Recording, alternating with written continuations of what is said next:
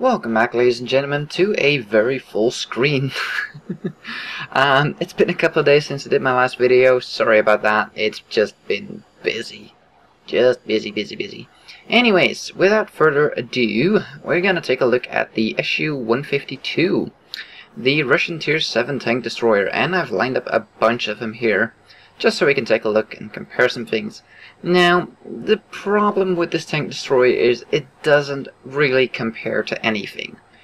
And I'll show you in a second why, but it's hard to compare this thing. I just grabbed all the tanks I own, the Tier 7, so just so you have an idea of where it's situated as such, but yeah, it's not quite that easy, but we'll get to that. So, first off, we'll just compare things like hit points. 870 is pretty average, even slightly above average, I would say. The British, of course, having a buttload more, but that's like the British thing. So, you know, that's no surprise there. Weight is roughly in the same-ish area. 45, 44, 45, 32, and 51. Now, the surprising thing is that the British only weighs 44 with all that frontal armor, while this thing has no frontal armor. So, not quite sure what the hell's going on there, but that's interesting. And the same for the French, actually. That's quite heavy. That's even way heavier. Although, yeah. Anyways, we'll get to that in a second as well. Speed limit, 43, 20, 55, 50, 50. It is a slow-ish tank. It's sluggish.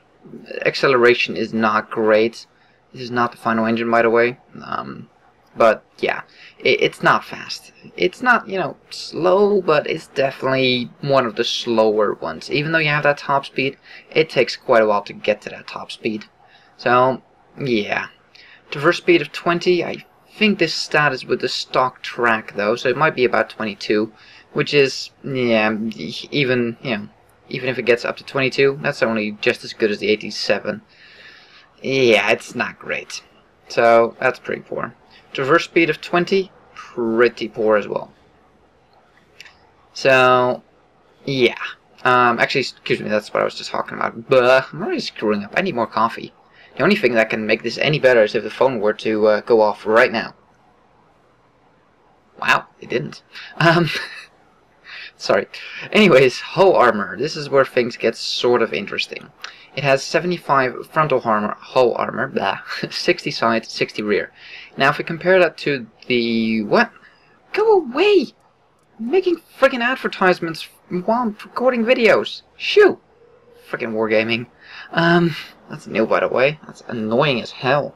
Anyways, so, 75 frontal armor, 203 on the British, 80 on the German, 90 on the other Tier 7 Russian TD, and we'll get to that in a second, and 120 on the French. Now, this thing pretty much does not bounce. Unless things hit the gun mantlet, this thing does not bounce. 87 can bounce, although it really doesn't live up to the 203 millimeters by far, but it can definitely bounce. The Jags Panther, yeah, can bounce somewhat. The SU-100M1 can be quite bouncy if used correctly. And the same goes for the French. With the 120 frontal, it can definitely bounce quite a bit.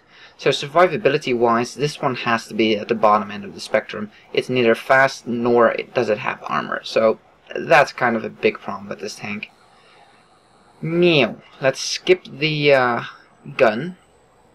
Skip the rate of fire. View range, 330. It's pretty blind. Compared to all of them, it's pretty damn blind. Signal range, well, this is the stock radio, so don't look at that. So, now, guns. You have two choices.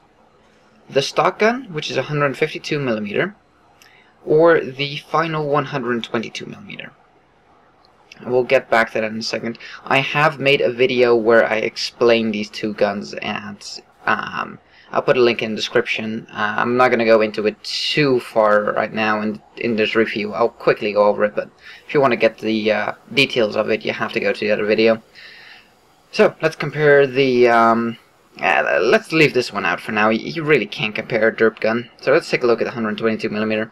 Rate of fire of 8.11 is pretty good. It is better than the German. It is better than the French, and it doesn't you know, it doesn't really suffer too much compared to the British and the other Russian gun, other Russian TD. So it really is a pretty good rate of fire. 175 penetration is not great. It's the same as the other Russian tank, but far, far less than most others. 200, 226, and 232. So that's massively less, and you notice it. Trust me, you bounce quite a bit with that pen. Now, average damage 390 is pretty good. Compared to all the others, it's the highest damage. So the DPM on this gun with that rate of fire and that damage is pretty damn good. Now, like I said, the penetration is a downside. The gun dispersal, your accuracy as it were, or your disaccuracy, inaccuracy is a better word, that's why they call it dispersion now, is 0.41 obviously, but that's by far the worst. So aim time is pretty damn long as well, same as the French, but at least that one has accuracy. So, and penetration, it's not a good gun. However, and this is where the other gun comes in, this one is very slow, the rate of fire, as you can see. That's like an 18-second reload or something. I think 16 seconds is like the lowest you can get it, or something like that. I'm not entirely sure, but something to that extent. 135 penetration is pretty low. 700 average damage is good, obviously, but it's a derp gun. 0.5 accuracy is pretty bad. 3.4 second aim time is pretty damn long. Now, what you can do, or what most people do, is load HE, because these are armor pen. This is not an HE round, this is an armor pen round. 135. You can switch to HE, have 86 penetration and 910 damage. Now, like I said, I'm quickly gonna go over this. Watch the other video if you want to see the comparison in detail. What I did, I tried out this gun and it just did not work for me. The damage I was doing was too erratic, and I just was barely doing, if even that much, doing 1,000 damage a game. If even that much. Well, theoretically, it could do 910 in one shot. You're not very likely going to reach that, but theoretically it's possible. I was getting nothing out of it. I was getting very poor results. I switched over to the 122mm, and basically my stats and everything and my enjoyment of the tank went up. Now, like I said, this is not a great gun, but compared to this one, for me, and I can't stress this enough, for me, the 122mm worked way better than the 152. But some people like this gun and it can make it work. For me, it just didn't work, but for you, it might. So your opinion might differ on that point. I'm just giving you my perspective. Now, what I did is I had a couple of AP rounds and a majority of HE. If I was top tier and I only had squishies against me, it was actually a better option to load the AP rounds rather than the HE. The HE could still splash and just do not, you know, everything, while the AP, excuse me, this is getting confusing, had enough penetration to go through like tier 5 mediums, which you can come across your tier 7. So I had one game where I pretty much used AP and every single one of my rounds penned, and thus doing 700 damage. While with HE, yes, you can do more damage, but the more armor they have, the more it's going to get reduced. So if they have 100 armor, for instance, 100mm, you're not going to pen, and thus you're only going to splash an outside. It might do like 200-300s and leave them at 100 health. While with this shot, you will pretty much pen any tier 5, and you'll do the full 700 damage, instantly killing them. So there's something to be said for keeping a couple of AP rounds with you. It worked for me. In certain situations, when you're top tier, it sounds counterproductive, but it really does work. Anyways, that's all I'm going to say about it. Let's take a look at some gameplay. So, here we are. And as you can see, I am using the 122mm. It's already loaded. Reload time of 6.38 seconds right now. This was a replay back in 8.11, so a couple of months ago. Not that extremely long ago, but I apparently had one laying around from that old. I didn't know, but anyways, doesn't matter. Nothing has changed on this tank, at least. So, we're heading over to this flank, and as you can see, we're doing about 30, so 45 on this tank. You know, top speed, it seems to be a theoretical one. Cruising speed is about 35-ish. If you go downhill, you maybe reach 40, but... oh, bit of a lag spike there. And we set up in the corner. Let's go back to the normal view. You can see we can just peek over the hill here. The tank does not have that much depression.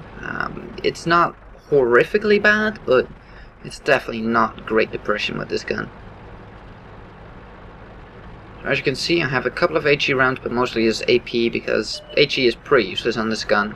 It's pretty much just your Russian 122mm that you get at tier 6 on the SU-100. You just get better stats, faster reload, that sort of stuff, slightly more accurate. Looking at base, we have two AFKers, the E25s. Are they in a platoon together? No, they're not. Wow. Two of the same tank and both AFK? Wow. Lovely. Anyways, fairly good matchup. We are top tier. I was just checking what that KV-13 was doing. Not quite sure. And there we have our first victim. Don't have much on him. I'm hoping he's gonna pull forward. Come on. Come on. Oh, M4. Ah, shot goes low. And I'm pretty sure I'm lit. I didn't have 6th Sense yet. Oh, okay. I do now, by the way. But apparently I didn't have it back then. Got an IS and an M4. And we just took out the M4. You can see this rate of fire allows for some pretty insane firing. And the funny thing is that people don't expect people to use the 122mm on this tank. Ah, that was a miss. Bad shot. IS. Oh, I'm looking in his barrel. That means he's looking at me. Pull back. He's probably still looking at me. Yep. Oh, no, that was the Apex. Put a nice shot into the IS. That was a bit of a gamble. It could have either hit the IS, and as you can see, he's already pulling forward. But I'm already reloaded. So, before he can even aim, I already put a secondary shot into him and pull back. So, and we bounce a shot, the other one misses. Try to put one in, a little bit late in the shot there. That was my bad. So as you can see, this reload, I can pretty much pull, forward and backward faster than they can. Putting in a shot, hoping to hit the AMX, but sadly I don't. And right now I'm kinda screwed, because if he's not lit up, I can't sit there. I cannot take another shot, I'll probably die. Unless he has a very low roll, I might be able to survive it, but right now I'm thinking, okay, that KV-13 must be his prime target and not me. Oh, no, I'm still his prime target. Now artillery takes him out. I actually managed to bounce another shot there, which is kind of surprising. Like I said, this one usually doesn't bounce to friggin' artillery. Of course. Because, why not? Yeah, not a fan. Anyways, time to go down the hill here and hopefully help out our KV-13 if we can. Heading into some safer area. Dang it, he took out our friend. And he seems to be stuck. Sure, it goes in for 1 friggin' damage. Yahoo! Dang it. And we move a bit for artillery. So, yeah, this 122mm, it's, like I said, the penetration on it is not fantastic. However, it can work. Oh, I hope can. And A25. Okay. Oh, shot goes low, and he just moves as I fire. That just sucked. He's still there though. Oh, 390. Bit of a low roll, or 10 damage, but below average. But I'm saying help because I'm pretty much the only one here. Fantastic. Okay, they're both on very low health and probably don't want to look around the corner.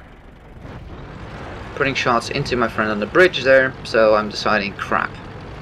I'm gonna have to help him, he's gonna get roasted there. So they're both focused on him, which gives me the opportunity to, hello artillery!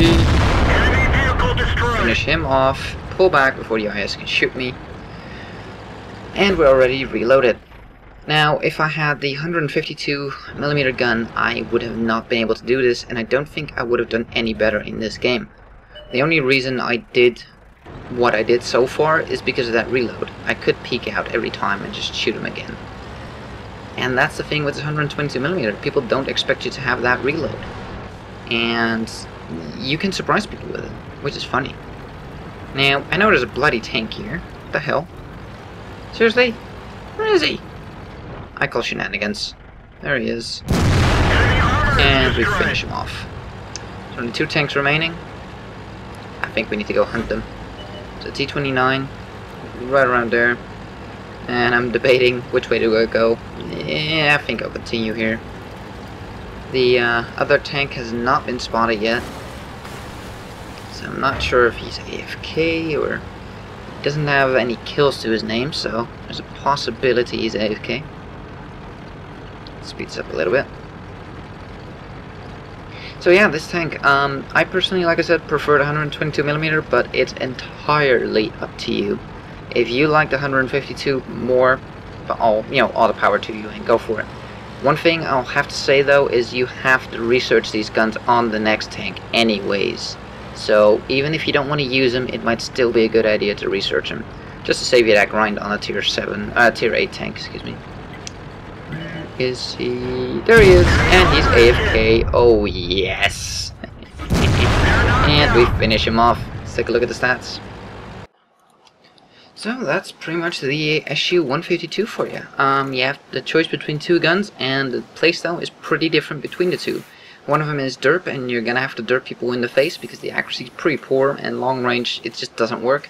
And with the 122mm, you can sit back a little bit more and snipe and surprise people with your rate of fire. DPM is pretty good.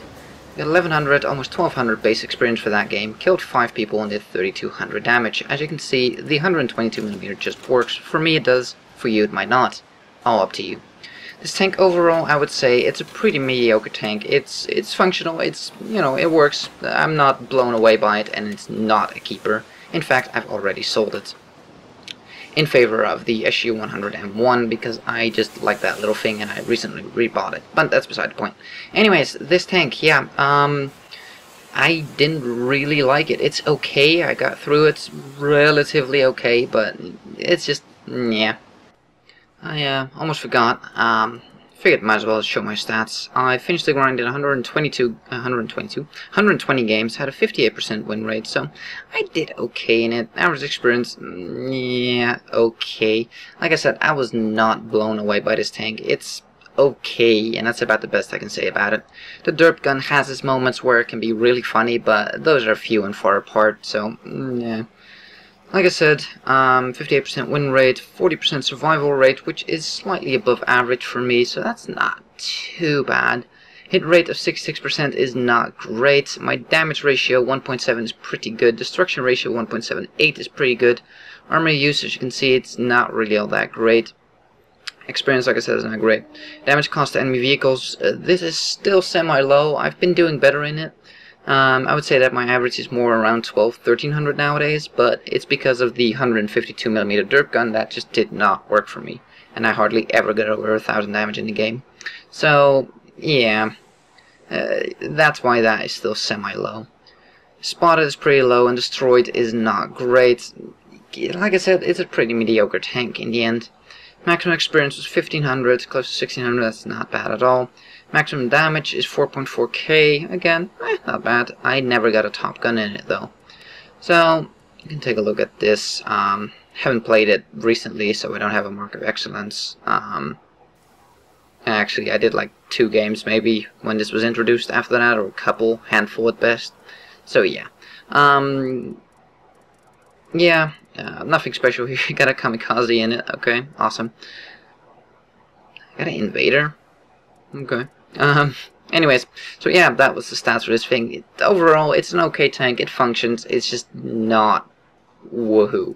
It's just a pretty average tank that, yeah, nothing to write home about. So, that is the SU-152. After it, you get the ISU-152, excuse me. Tech tree. Let's take a quick look at it. And then we really have to wrap up this video.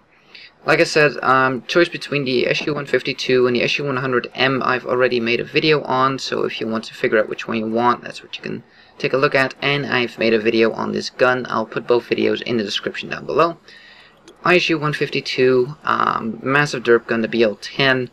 That's what people go for. The only thing for me is I actually sold it when I was done with the grind, and I rebought my SU-100M1 as a fun tank, because it's a pretty fun tank, recently got buffed. And I put my crew in here because, frankly, I didn't have the money to buy the ISU-152. It's 2.6 million, and I only had barely a million, so I decided to buy this one, and the ISU-152 is on hold for now. And will eventually, once I get my money built up again, buy it at some point, but for now I decided to get a fun tank rather than one I need to grind out all the way. Anyways, this video is running really long, so thank you guys for watching. If you like this video, give it a thumbs up. If you want to see more, please subscribe, and we'll see you on the next one.